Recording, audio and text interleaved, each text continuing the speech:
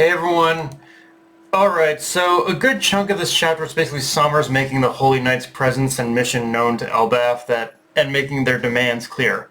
Burn down the school, burn down the library, and go back to being our savage warrior slaves once more, and no harm will come to the children. Like, making the situation even more worse too, is that, as we see a few of the Straw Hats basically got their asses beat and taken hostage but from Gunko. And even though Somers' little roll call did cause the Giants to go into more of a panic, I also love how we see both Gaban and Robin going into urgency mode and are about to pop off. Like everyone else is panicking, but for them it was like, oh, they're threatening the kids? Fuck that noise. They're threatening the library, threatening the kids.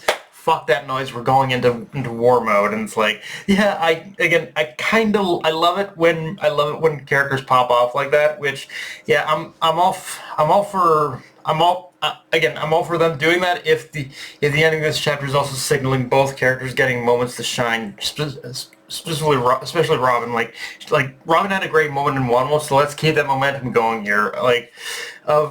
And if I'm reading the room right, the likely matchups I think here are going to be Robin versus Gunko and Gaban versus Somers, which in both cases begs the question of how Gaban and Robin are going to defeat them and overcome that whole immortality thing going on. But this chapter also might have given us a clue that the Holy Knight's immortality might have its limitations, because there's a very small scene, when you kind of blink and miss it, where you see Gunko kind of holding her chest in pain, so that might indicate there's a limitation to how long this immortality lasts outside of Marie Joie or something, outside of the Holy Land. Maybe, I don't know. That's my theory of the case. I don't know, but it would seem that's what Oda's trying to indicate just from her feeling that chest pain or whatever. Like, I think. Whatever the logistics of it are, there's definitely a limitation to this immortality, I think. Now with that said, between Whole Cake and Wano, it's probably getting exhausting and old for someone to be praising, for someone to be heaping praise on our Bone Boy Soul King Brook. But once again, I gotta give Oda credit for giving Brook another amazing scene here, as in Gunko's attempt to make Brook her slave, saying, you are basically going to become my minstrel. You're going to be singing songs to the heavens for me over and over again until the day you die. And then Brook, being the mad lad Chad that he is, basically says, I'm paraphrasing here, I owe my life to Luffy for saving me. I am indebted to him, so I'd rather die than live. So I'd rather die with honor. So I'd rather die with honor than live as a slave. Like, it's a simple scene, nothing more than a declaration. Of Brook's loyalty, and I guess nothing new we haven't seen already. But this is one of those moments as well, where Oda could have just so easily made a panties joke. Like, let's be honest, when it comes to Brick and women, that's basically the go-to like running gag we get with him. But instead, Oda used this moment as a means to reinforce Brook's convictions that in this moment, here and now, he'd rather die serving as captain than live as a slave, even with the offer of serving a beautiful woman. Like, even for Brook. Like man has standards, and he's like, anyone who threatens my captain, I would rather die than I would rather die.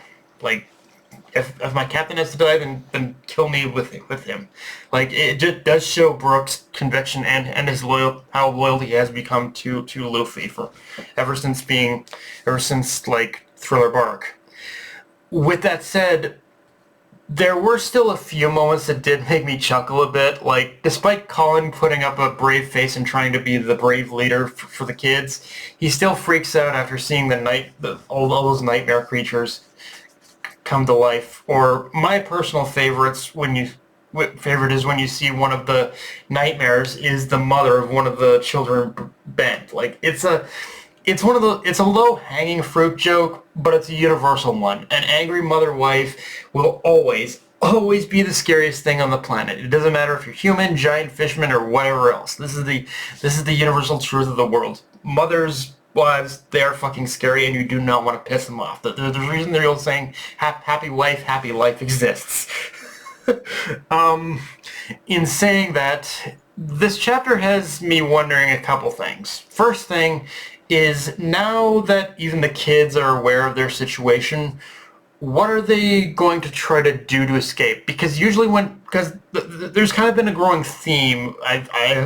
There's kind of been a continuous theme when it comes to how Oda writes kids into his stories and his arcs in One Piece, where he gives them a surprising amount of agency when in a situation like this, or in a perilous situation in general.